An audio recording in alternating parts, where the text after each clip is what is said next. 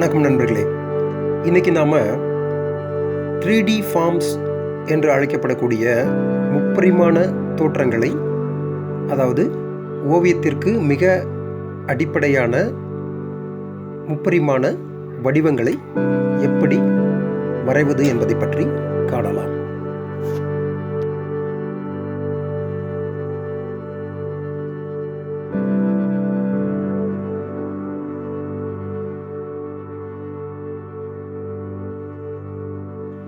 முதலில் நாம் இருபரிமாண தட்டையான வடிவங்களை வரைந்து கொண்டு அதன் பிறகு முப்பரிமாண தோற்றத்தை அந்த இருபரிமாண தோற்றத்தின் மீது வரைய வேண்டும்.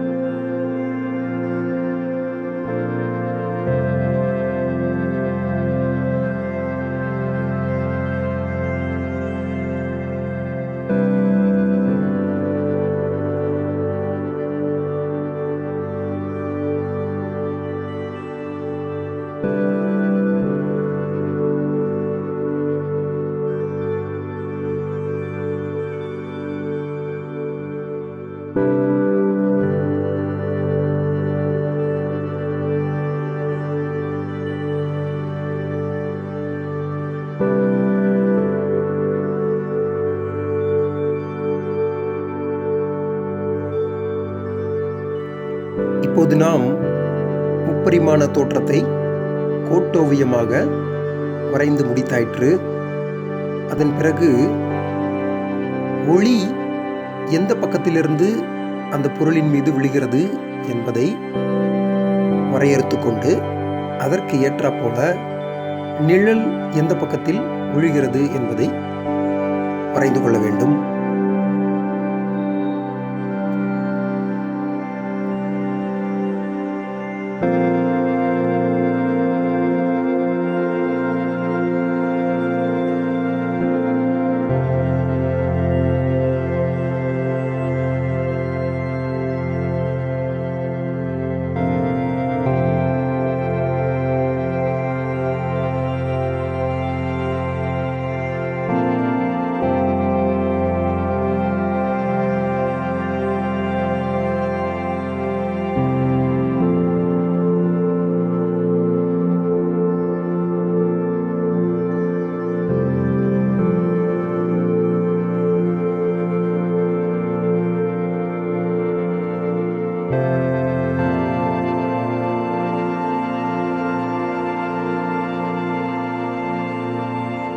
பின்னர் ஒளி பொருளின் மீது நேரடியாக விழும் இடத்தை வெண்மையாக விட்டுவிடலாம்.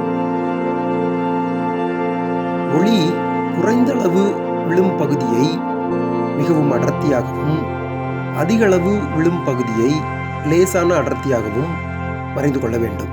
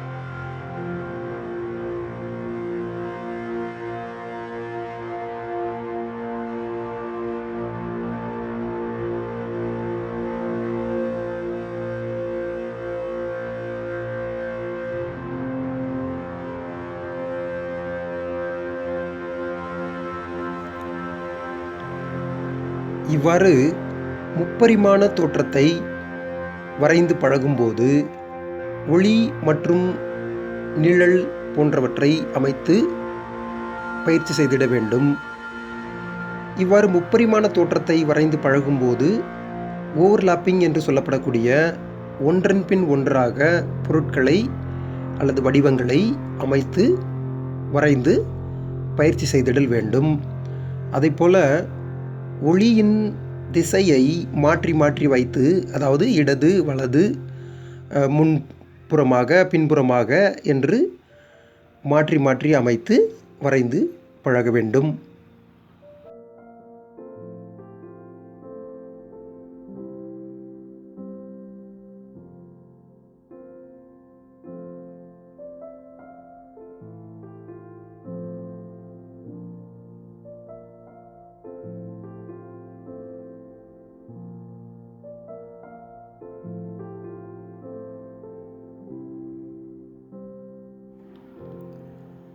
இப்போது நாம் முப்பரிமாண வடிவங்களை, அதாவது 3D ஃபார்ம்ஸ் எனப்படக்கூடிய முப்பரிமாண வடிவங்களை ஒளி நிழலுடன், அதாவது லைட் அண்ட் ஷேடுடன் வரைந்து முடித்தாயிற்று.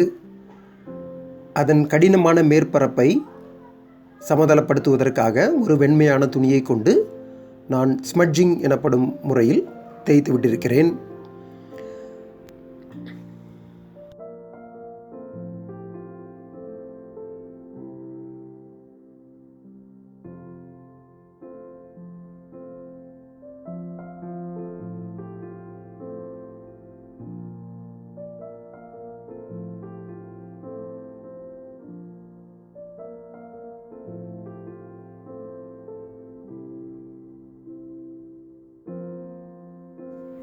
சரி நண்பர்களே, மீண்டும் இன்னொரு சந்தர்ப்பத்தில் நாம் சந்திப்போம்.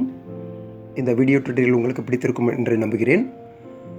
சப்ஸ்கிரைப் பண்ணுங்கள், ஷேர் பண்ணுங்கள், கமெண்ட் பண்ண மறக்காதீங்க. நன்றி, வணக்கம்.